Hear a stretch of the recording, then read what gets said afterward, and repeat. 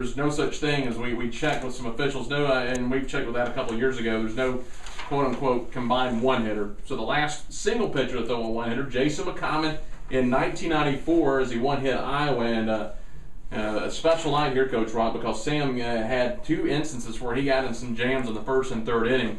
But after that, he was really able to zone in.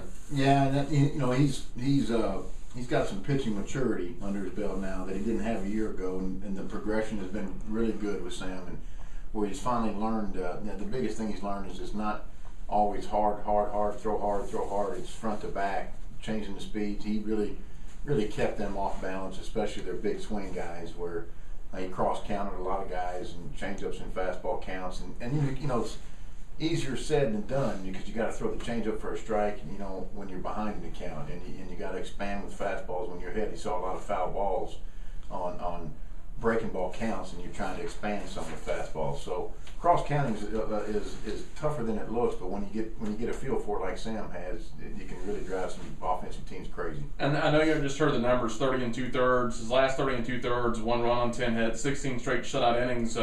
I don't remember a pitcher since I've been here getting on this kind of a roll, giving up this few runs. Scott McGregor had some complete games when he was here, but I don't remember 16 straight shutout innings and 30 2/3 with just 1 run given up. Yeah, he's been very effective, and we made some plays to get him out of some things tonight, and I think he's gotten built a trust in the defense a little bit, and strikeouts are going to happen when you're throwing strikes, and the art of throwing strikes is to have a no fear of contact, and he's definitely got that going now. Let's not discount the offense. 7 runs on 9 hits. You put the ball in play. When you needed to bunt late, you forced him to try to make plays. Got a couple errors to help you out. The big thing is he kept that infield moving around tonight, and let's face it, it has nothing to do with Marshall. It's not their home field, but this field has seen high school games. They've seen 5 games in the last 30 hours.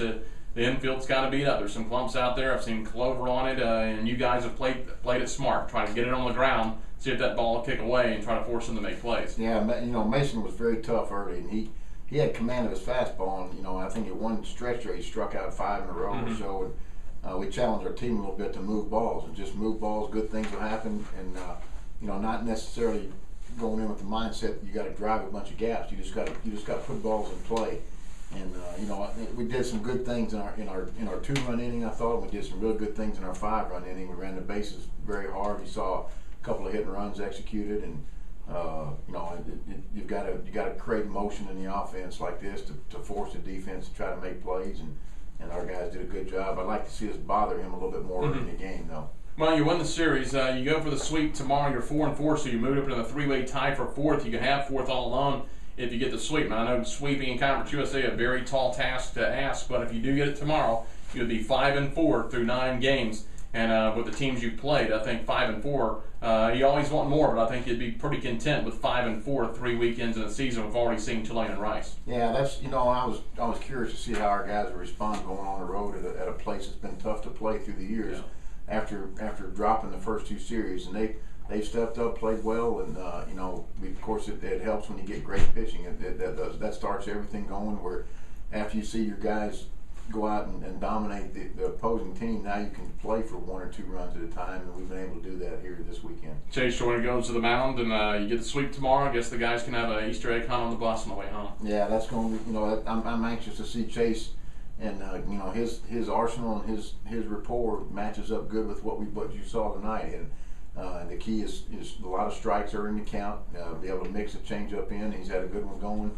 I like handing it to a 5th-year senior to try to go sweep a series. And finally, Coach, it'll be a little bit different tomorrow. It's going to be a day game, and we've seen day games out here with the ball. The last day game we had here, Tyler Helsing hit 3 home runs in a doubleheader and put 2 on that warehouse out in right center field. The ball carries pretty well during the day. Yeah, especially from center field over to the right field line. The ballpark will play a little bit smaller and more, and we'll try to get some left-handed hitters back in there and see if we can get a few balls up in the wind. But we'll also we'll have to kind of see how it's playing. But I like the understanding that our guys have gotten offensively this weekend. We bunted at the right time forward, laid down another good bunt tonight, and these guys are learning that what they have to do to contribute to the lineup. All right, Coach, we appreciate it. We'll talk to you tomorrow.